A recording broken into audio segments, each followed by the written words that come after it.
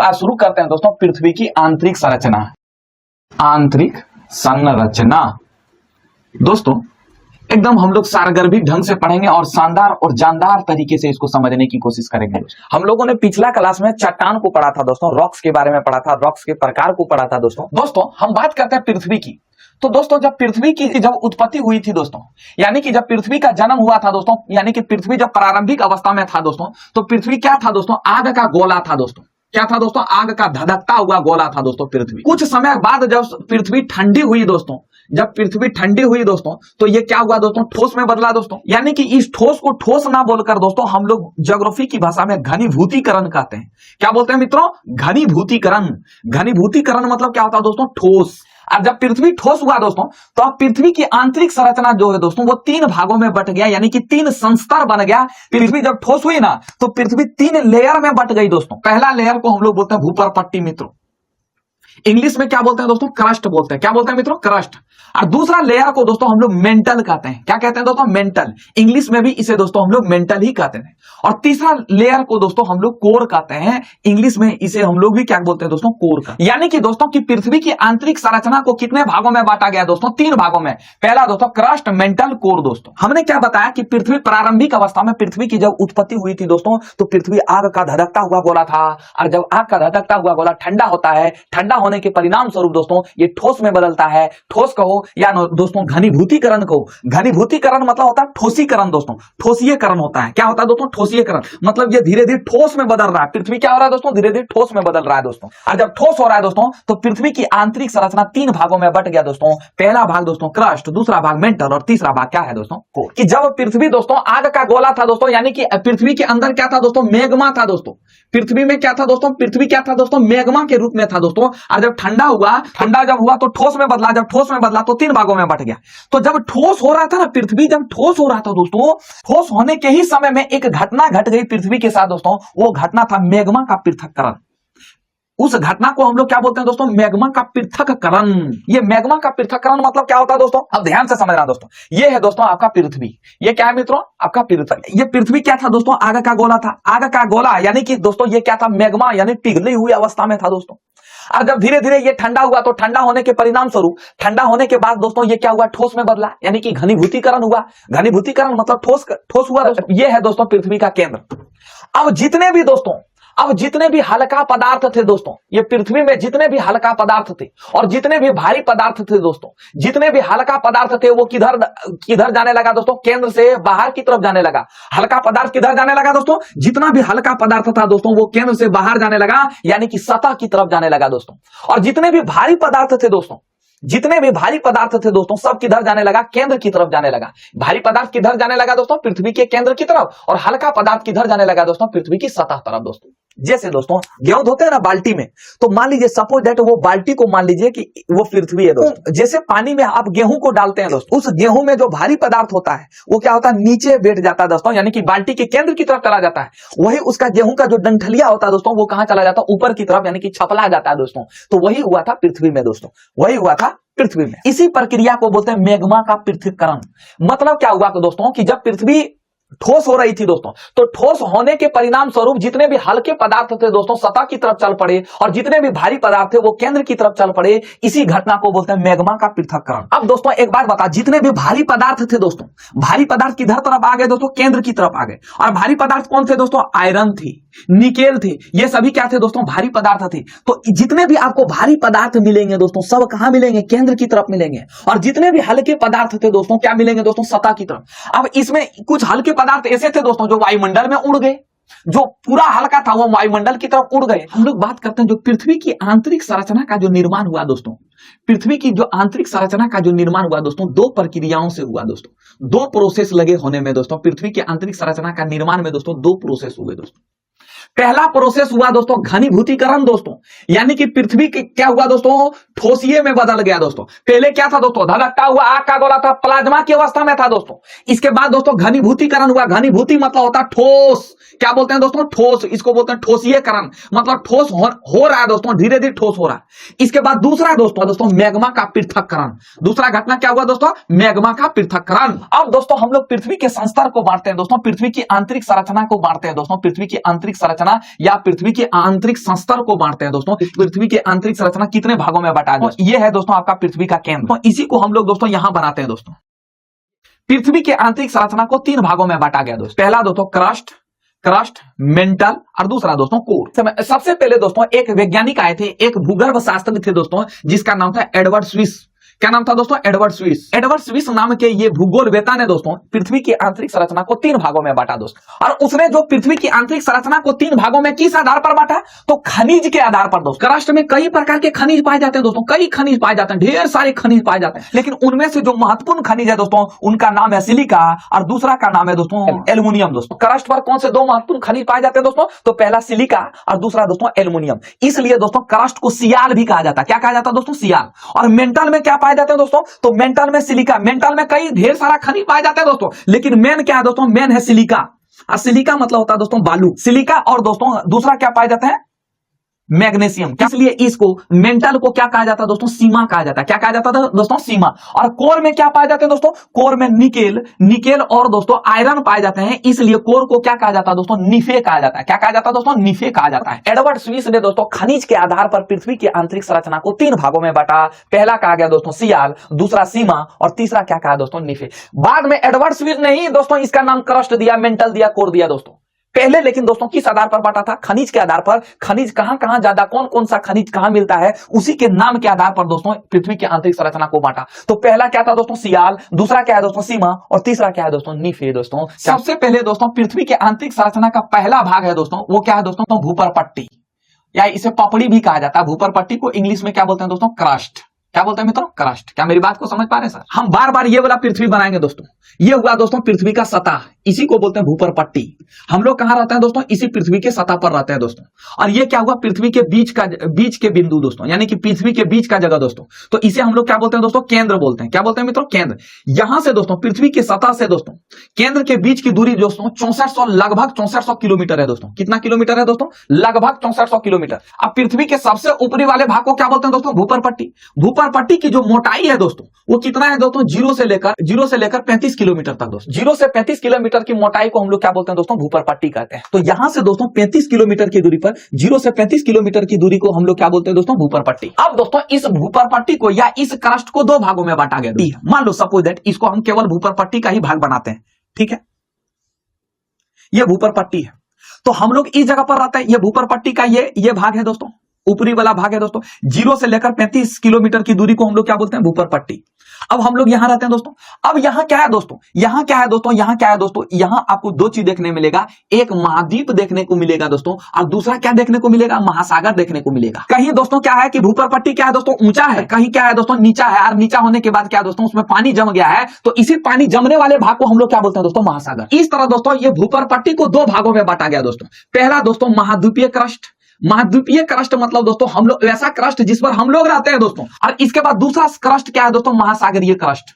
ये क्रस्ट कितने प्रकार के होते हैं दोस्तों? 2 प्रकार के होते हैं। पहला होता है महाद्वीपीय क्रस्ट और दूसरा होता है दोस्तों महासागरीय क्रस्ट। क्या मेरी बात को समझ पा रहे हैं? हम लोग यानी कि क्रस्ट पर रहते हैं। अब आपसे हम पूछते हैं कि हम लोग किस क्रस्ट पर रहते हैं? महाद्वीपीय क्रस्ट पर या महासागरीय क्रस्ट पर? महाद्वीपीय क्रस्ट पर। गुड। और ये जो महाद्वीपीय क्रस्ट जो होता है दोस्तों ये किससे निर्मित होता है? ग्रेनाइट से निर्मित होता है दोस्तों। और महासागरीय क्रस्ट जो होता है दोस्तों वो बेसाल्ट चट्टान से निर्मित होता है। महाद्वीपीय क्रस्ट का जो घनत्व होता है दोस्तों, महाद्वीपीय क्रस्ट का जो घनत्व होता है 2.67 होता है दोस्तों। और इसका घनत्व होता है दोस्तों, इसका घनत्व 3 होता है दोस्तों। यानी कि ये सबसे सर्वाधिक घना कौन होता है दोस्तों? महासागरीय क्रस्ट। और सबसे कम घना कौन होता है दोस्तों? महाद्वीपीय क्रस्ट। जिस जगह पर पहाड़ सबसे ज्यादा ऊंचा होगा उसी जगह पर सबसे नीचा भी होगा दोस्तों, सबसे गहरा होगा। तो महाद्वीपीय क्रस्ट सबसे गहरी कहां मिलेगा दोस्तों? कहां मिलेगा दोस्तों? पहाड़ के पास। कहां मिलेगा दोस्तों? पहाड़ के पास। और कम गहरा कहां मिलेगा दोस्तों? मैदान में। महासागर के नीचे जो जमीन है दोस्तों, महासागर, अब मान लो ये समुद्र है दोस्तों, तो समुद्र के नीचे जो जमीन है, महासागरीय जो क्रस्ट है दोस्तों, वो किससे निर्मित होता है दोस्तों? बेसाल्ट चट्टान से। महाद्वीपीय क्रस्ट को ऊपरी क्रस्ट भी कहते हैं दोस्तों, और इसे महासागरीय क्रस्ट को निचली क्रस्ट भी कहते हैं दोस्तों। क्या कहते हैं? निचली क्रस्ट। यानी कि दोस्तों ये मान लो क्रस्ट है दोस्तों, ये मान लो दोस्तों क्रस्ट है, ये क्रस्ट है दोस्तों। तो ये क्रस्ट का ये क्या हुआ? ऊपरी वाला भाग हुआ दोस्तों, और ये क्रस्ट का क्या हुआ दोस्तों? निचली वाला भाग हुआ दोस्तों, निचली भाग। और इसके बीच में दोस्तों, इसके बीच वाली रेखा को हम लोग असमर्थता कहते हैं दोस्तों, डिसकंटिन्यूटी कहते हैं, बाद में बताएंगे दोस्तों। तो ऊपरी क्रस्ट कितने भागों में बटा है दोस्तों? 2 भागों में। महाद्वीपीय क्रस्ट या नहीं तो ऊपरी क्रस्ट, महासागरीय क्रस्ट या नहीं तो इसे हम लोग निचली क्रस्ट भी बोलेंगे। पृथ्वी की आंतरिक संरचना का दूसरा भाग है दोस्तों जिसका नाम है दोस्तों मेंटल। क्या है दोस्तों? मेंटल। अब इसी के बारे में थोड़ा सा एकदम सारगर्भित ढंग से अध्ययन करेंगे दोस्तों। दूसरा भाग है दोस्तों मेंटल। क्या है दोस्तों? मेंटल। इंग्लिश में भी इसे दोस्तों हम लोग मेंटल ही कहते हैं। इस मेंटल की मोटाई जो है दोस्तों ये 35 से 2900 किलोमीटर के तक है। ये मेंटल भी दोस्तों दो भागों में बटा है दोस्तों। मेंटल भी कितने भागों में बटा है दोस्तों? दो भागों में बटा है। पहला भाग है दोस्तों ऊपरी मेंटल। पहला भाग क्या है दोस्तों? ऊपरी मेंटल। और दूसरा भाग क्या है दोस्तों? निचली मेंटल। जिस तरह उसमें ऊपरी क्रस्ट था ना दोस्तों, उसी तरह दोस्तों इसमें भी दोस्तों ऊपरी मेंटल और इसके बाद दोस्तों निचली मेंटल। आई मेरी बात समझ में? यह है आपका पृथ्वी की आंतरिक संरचना। पहले वाले भाग को हम लोग क्या बोलते हैं दोस्तों? क्रस्ट। क्रस्ट को कितने भागों में बांटा गया? दो भागों में, ऊपरी क्रस्ट, निचली क्रस्ट। इसके बाद दोस्तों क्या है दोस्तों? मेंटल। मेंटल को भी कितने भागों में बांटा गया? दो भागों में, ऊपरी मेंटल और दूसरा क्या है दोस्तों? निचली मेंटल। ये क्रस्ट क्या है दोस्तों? ठोस है। ये क्रस्ट क्या है दोस्तों? ठोस है। अब ध्यान से समझना दोस्तों। और इसके बाद दोस्तों अब हम बात करते हैं दोस्तों ऊपरी मेंटल के बारे में। ऊपरी मेंटल का 100 किलोमीटर भाग तक, ऊपरी मेंटल का 100 किलोमीटर भाग तक क्या है दोस्तों? ठोस है। क्या है दोस्तों? ठोस। ये आपका क्रस्ट है दोस्तों, और ये है दोस्तों मेंटल। ये है दोस्तों आपका ऊपरी मेंटल। ये है दोस्तों ऊपरी मेंटल, और ये है दोस्तों आपका निचली मेंटल। यानी कि दोस्तों 0 से लेकर 35 किलोमीटर के बीच की दूरी को हम लोग क्या बोलते हैं दोस्तों? क्रस्ट। अब 35 किलोमीटर से लेकर 2900 किलोमीटर के बीच की दूरी को हम लोग क्या बोलते हैं? मेंटल। अब दोस्तों शुरू का 100 किलोमीटर तक दोस्तों, यानी कि यहां से 100 किलोमीटर की दूरी तक दोस्तों, 100 किलोमीटर, यहाँ की यहाँ 35 से 100 यानी कि 135 किलोमीटर की दूरी तक दोस्तों क्या है दोस्तों? ऊपरी मेंटल क्या है दोस्तों? ठोस है। इसी ठोस वाले भाग को हम लोग क्या बोलते हैं दोस्तों? स्थल मंडल कहते हैं। इंग्लिश में क्या बोलते हैं? लिथोस्फेयर। क्या बोलते हैं दोस्तों? लिथोस्फेयर। हम लोग कहां रहते हैं दोस्तों? हम लोग रहते हैं दोस्तों स्थल मंडल में। यानी कि स्थल मंडल किसको कहेंगे दोस्तों? भूपर पट्टी प्लस ऊपरी मेंटल को, भूपर पट्टी प्लस ऊपरी मेंटल को हम लोग क्या कहेंगे दोस्तों? हम लोग कहेंगे दोस्तों इसको स्थल मंडल। क्या बोलेंगे बबुआ? स्थल मंडल। इंग्लिश में क्या बोलेंगे? लिथोस्फेयर। यानी कि दोस्तों पूरा क्रस्ट और ऊपरी मेंटल को मिला दें तो यहां से क्या हो जाएगा दोस्तों? स्थल मंडल। क्या हो जाएगा मित्रों? स्थल मंडल। और हम लोग कहां रहते हैं दोस्तों? इसी स्थल मंडल पर रहते हैं। अब इसके बाद दोस्तों ऊपरी मेंटल में ही 100 से लेकर 400 किलोमीटर की दूरी तक का जो चट्टान है दोस्तों वो द्रवित अवस्था में है दोस्तों, यानी कि वो पिघली हुई अवस्था में है दोस्तों। क्यों पिघली हुई अवस्था में, कोई बता सकता है? तो यहाँ क्या पाए जाते हैं? रेडियो एक्टिव एलिमेंट पाए जाते हैं दोस्तों, रेडियो सक्रिय तत्व पाए जाते हैं दोस्तों, रेडियो सक्रिय तत्व का विस्फोट होता है दोस्तों। तो इसलिए दोस्तों 100 किलोमीटर से लेकर 400 किलोमीटर की दूरी तक का क्षेत्र क्या होता है दोस्तों? द्रवित अवस्था में, पिघली हुई अवस्था में होता है। इसी मंडल को दोस्तों हम लोग बोलते हैं दुर्बल मंडल। क्या बोलते हैं मित्रों? दुर्बल मंडल। और दुर्बल मंडल को इंग्लिश में क्या बोलते हैं? स्टेनोस्फेयर। क्या बोलते हैं दोस्तों? स्टेनोस्फेयर। तो सबसे पहले ये पृथ्वी है, पृथ्वी के ऊपरी वाले भाग को हम लोग क्या बोलते हैं? क्रस्ट। और निचली भाग को हम लोग क्या बोलते हैं दोस्तों? मेंटल। और एकरा वाला भाग को हम लोग क्या बोलते हैं? कोर। अब एक क्रस्ट, अब मेंटल को भी कितने भागों में बांटा गया? दो भागों में। पहला दोस्तों ऊपरी मेंटल और दूसरा क्या था दोस्तों? निचली मेंटल। तो अब दोस्तों इस क्रस्ट और ऊपरी मेंटल को हम लोग क्या बोलते हैं दोस्तों? स्थल मंडल। 100 से लेकर 400 किलोमीटर तक का क्षेत्र क्या है दोस्तों? द्रवित अवस्था में है, यानी कि दोस्तों वो क्या है दोस्तों? पिघली हुई अवस्था में, इसी मेंटल में दोस्तों। तो इसे हम लोग क्या बोलते हैं दोस्तों? दुर्बल मंडल। क्या बोलते हैं दोस्तों? दुर्बल मंडल। यानी कि दोस्तों यहाँ मैग्मा पाए जाते हैं दोस्तों। यहाँ क्या पाए जाते हैं दोस्तों? मैग्मा पाए जाते हैं। इस दुर्बल मंडल में जो चट्टान पाए जाएंगे दोस्तों, इस चट्टान को हम लोग बोलते हैं पेरिडोटाइट। क्या बोलते हैं दोस्तों? पेरिडोटाइट चट्टान पाए जाएंगे। यहां अगर देखने चलो तो दुर्बल मंडल का जो घनत्व होगा दोस्तों, दुर्बल मंडल का जो घनत्व होता है दोस्तों वो 4 हो जाता है। और अगर तापमान की बात करें दोस्तों तो तापमान 1100 डिग्री से लेकर 1900 डिग्री सेल्सियस हो जाता है दोस्तों। अब दोस्तों यहाँ 400 से 100 से 400 के बीच की दूरी को हम लोग क्या बोलते हैं? दुर्बल मंडल। 400 से लेकर 700 तक की दूरी को, 400 से 700 किलोमीटर की दूरी तक के क्षेत्र को हम लोग क्या बोलते हैं दोस्तों? मध्य मंडल। क्या बोलते हैं मित्रों? मध्य मंडल। अब दोस्तों ये जो मध्य मंडल है दोस्तों, ये जो मध्य मंडल है द्रवित ठोस दशा में, और द्रवित मतलब ये भी क्या है दोस्तों? पिघली हुई ठोस दशा में। आधा पिघला है दोस्तों, आधा ठोस है दोस्तों और आधा पिघला हुआ है दोस्तों। अब हम लोग ऊपरी मेंटल के साथ साथ हम लोग निचली मेंटल को भी बात करते हैं दोस्तों। निचली मेंटल को ध्यान से समझना है दोस्तों। ये निचला मेंटल की मोटाई 700 से लेकर 2900 किलोमीटर तक के क्षेत्र को क्या बोलते हैं दोस्तों? ये ऊपरी मेंटल कितना है दोस्तों? 35 से लेकर 700 किलोमीटर की दूरी तक के क्षेत्र में क्या है दोस्तों? ऊपरी मेंटल। और निचली मेंटल जो है 700 से 29 किलोमीटर की दूरी में दोस्तों, इसे आग्नेय मंडल कहते हैं दोस्तों। इंग्लिश में बोलते हैं पिरोस्फेयर। और इसका तापमान कितना है दोस्तों? तापमान है इसका 3300 डिग्री सेल्सियस दोस्तों, यानी कि ये सबसे ज्यादा पिघली हुई अवस्था में होगा दोस्तों। किसकी तुलना में? ऊपरी मेंटल की तुलना में। इसका टेम्परेचर कितना है दोस्तों? 1100 से लेकर 1900 डिग्री सेल्सियस है दोस्तों, जबकि इनका टेम्परेचर कितना है दोस्तों? 3300 डिग्री सेल्सियस। पूरे मेंटल की बात करें दोस्तों तो पूरे मेंटल में एक खनिज पाए जाते हैं, ओलिवियन खनिज दोस्तों। पृथ्वी के आंतरिक संरचना का जो तीसरा भाग है दोस्तों उसका नाम है कोर। क्या नाम है दोस्तों? कोर। अब दोस्तों इस कोर को भी दोस्तों दो भागों में बांटा गया। पहला कौन सा कोर है दोस्तों? बाइकोर। यानी कि पृथ्वी के सबसे आंतरिक वाले भाग को हम लोग क्या बोलते हैं दोस्तों? कोर। ये कोर को भी दो भागों में बांटा, एक बाइकोर और दूसरा दोस्तों आंतरिक कोर। अब दोस्तों इस कोर की जो मोटाई है दोस्तों 2900 से लेकर 5150 किलोमीटर तक के दूरी तक का क्षेत्र को हम लोग क्या बोलते हैं, कोर। और जो पृथ्वी का जो केंद्र है ना दोस्तों, यहां से यहां केंद्र की दूरी कितना है दोस्तों, 6400 किलोमीटर, यानी कि 2900 से लेकर 6400 किलोमीटर के दूरी तक के क्षेत्र को हम लोग क्या मानेंगे, कोर मानेंगे। अब बाह्य कोर जो होता है दोस्तों, 2900 से लेकर 5150 किलोमीटर तक के दूरी तक के क्षेत्र को हम लोग क्या बोलते हैं, बाह्य कोर कहते हैं। अब इसका जो घनत्व होता है वो 10 होता है। अगर इसकी तापमान की बात करें दोस्तों, तो तापमान इसका 4300 डिग्री सेल्सियस होता है। यहां भी दोस्तों चट्टाने कैसी अवस्था में होती है दोस्तों, यहां भी चट्टाने जो होती है दोस्तों वो द्रवित अवस्था में होती है। द्रवित मतलब पिघली हुई अवस्था में होती है। इसलिए दोस्तों इस भाग को बाह्य कोर को दोस्तों हीट इंजन कहा जाता है, पृथ्वी का हीट इंजन कहा जाता है। यहाँ कौन से तत्व पाए जाते हैं दोस्तों, निकेल और आयरन पाए जाते हैं। कौन से तत्व पाए जाते हैं दोस्तों, निकेल और आयरन। हमने आपको बताया एडवर्ड स्विस ने दोस्तों खनिज की प्राप्ति के आधार पर दोस्तों पृथ्वी की आंतरिक संरचना को 3 भागों में बांटा। पहला हमने बताया था सियाल, क्रस्ट को सियाल, इसके बाद दोस्तों सीमा, इसके बाद दोस्तों नीफे। दोस्तों यहाँ एक होता है डायनमो इफेक्ट। दोस्तों ये डायनमो इफेक्ट क्या होता है, थोड़ी देर में आप समझ जाइएगा दोस्तों। डायनमो इफेक्ट के कारण दोस्तों एक विद्युत चुंबकीय तरंग उत्पन्न होता है। दोस्तों क्या उत्पन्न होता है, विद्युत चुंबकीय तरंग उत्पन्न होता है। यह क्या होता है दोस्तों, तरंग मतलब होता है कंपन, कांपना को ही हम लोग क्या बोलते हैं, थरथराना को ही हम लोग बोलते हैं दोस्तों तरंग। बाह्य कोर में एक इफेक्ट उत्पन्न होता है, डायनमो प्रभाव या डायनमो इफेक्ट। और डायनमो इफेक्ट के बाद दोस्तों क्या उत्पन्न होता है, विद्युत चुंबकीय तरंग। इसलिए दोस्तों पृथ्वी क्या है, एक भूचुंबकत्व है। पृथ्वी भी क्या है दोस्तों, भूचुंबकत्व है।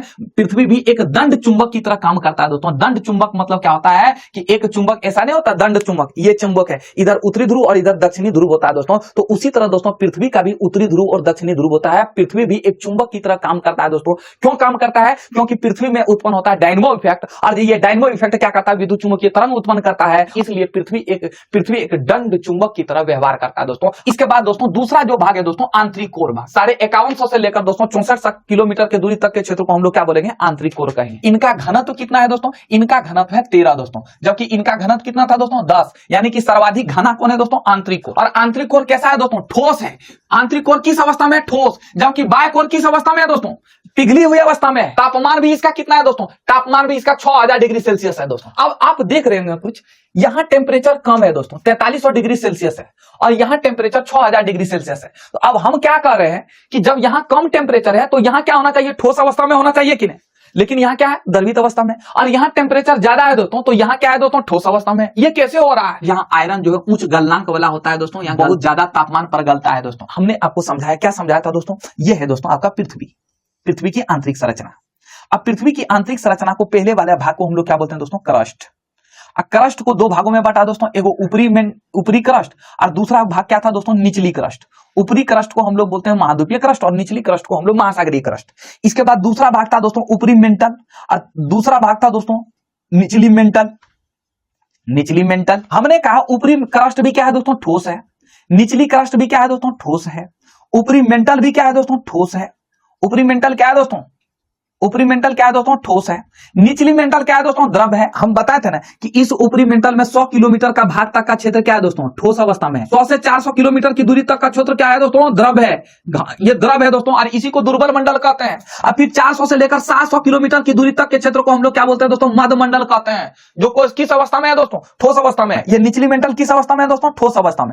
इसके बाद दोस्तों हमने बाह्य कोर की बात किया दोस्तों, बाह्य कोर द्रवित अवस्था में दोस्तों, यानी कि ये क्या है दोस्तों, पिघली हुई अवस्था में है। और इसके बाद आंतरिक कोर किस अवस्था में है दोस्तों, ठोस अवस्था में। यह है ठोस अवस्था, यह है पिघली अवस्था, और निचली मंडल क्या है दोस्तों, ठोस अवस्था में। यानी कि दोस्तों हम लोग क्या समझे दोस्तों, हम लोग समझे दोस्तों कि यह है दोस्तों निचली मेंटल। यह क्या है दोस्तों, निचली मेंटल। निचली मेंटल क्या है दोस्तों, ठोस अवस्था में। और इसके बाद निचली मेंटल के बाद दोस्तों क्या है दोस्तों, बाह्य कोर। बाह्य कोर किस अवस्था में है दोस्तों, बाह्य कोर किस अवस्था में है दोस्तों, पिघली हुई अवस्था में, द्रव अवस्था में, पिघली हुई अवस्था में। और इसके बाद आंतरिक कोर किस अवस्था में है दोस्तों, आंतरिक कोर किस अवस्था में है दोस्तों, ठोस अवस्था में। किस अवस्था में, ठोस अवस्था में। ध्यान से समझना दोस्तों, ये मान लो ये है निचली मेंटल और ये है दोस्तों आंतरिक मेंटल, ये आंतरिक कोर है दोस्तों। अब इसके बीच में क्या है दोस्तों, पिघली हुई चीज है दोस्तों। अब अगर दोस्तों ये अगर दोनों पिघली हुई अवस्था, अगर दोस्तों पिघली हुई चीज बीच में है, ये दोस्तों ये ठोस है, ये भी ठोस है दोस्तों, और बीच में क्या है दोस्तों, पिघली हुई पदार्थ है दोस्तों। जब 2 ठोस लोहे के बीच में या जब 2 ठोस चट्टान के बीच में जब पिघली हुई पदार्थ हो जाता है दोस्तों, जब पिघली हुई पदार्थ आता है तो यहां एक प्रभाव देखने को मिलता है दोस्तों, एक प्रभाव देखने को मिलता है। इस प्रभाव को हम लोग क्या बोलते हैं दोस्तों, डायनमो प्रभाव। क्या बोलते हैं दोस्तों, डायनमो प्रभाव, डायनमो इफेक्ट दोस्तों। जब 2 ठोस के बीच में जब पिघली हुई पदार्थ आता है दोस्तों, वहां एक प्रभाव देखने को मिलता है, एक इफेक्ट देखने को मिलता है। उस इफेक्ट को क्या बोलते हैं दोस्तों, डायनमो इफेक्ट। और डायनमो इफेक्ट से दोस्तों क्या उत्पन्न होता है दोस्तों? तो विद्युत चुंबकीय तरंग, इलेक्ट्रोमैग्नेटिक वेव उत्पन्न होता है। क्या उत्पन्न होता है दोस्तों? इलेक्ट्रोमैग्नेटिक वेव उत्पन्न होता है। जब विद्युत चुंबकीय तरंग उत्पन्न होता है तो पृथ्वी भी क्या होता है? एक चुंबक की तरह काम करने लगता है, इसलिए पृथ्वी को भूचुंबकत्व कहते हैं। क्या बोलते हैं? पृथ्वी को भूचुंबकत्व कहते हैं। अब दोस्तों ये क्या है दोस्तों? इधर भी ठोस है, इधर भी ठोस है, तो यहां क्या होता है दोस्तों? बीच में द्रव है, यानी कि ये क्या है दोस्तों? यहाँ निचली मेंटल है और ये आंतरिक मेंटल है, ये दोनों ठोस है दोस्तों। अब यहाँ बीच में जो है ये पानी है दोस्तों। अब मान लो यहाँ बीच में पानी है दोस्तों, ये कभी ऐसे ऐसे गति करते रहेगा, तो कभी इधर कभी उधर, कभी इधर कभी उधर गति करेगा, तो इस गति को कहते हैं चरनी गति। क्या बोलते हैं दोस्तों? चरनी गति। क्या बोलते हैं दोस्तों? चरनी गति। तो ये था दोस्तों आपका पहला पार्ट। चलिए सर, मिलते हैं फिर आगे की क्लास में। Okay my dear, bye.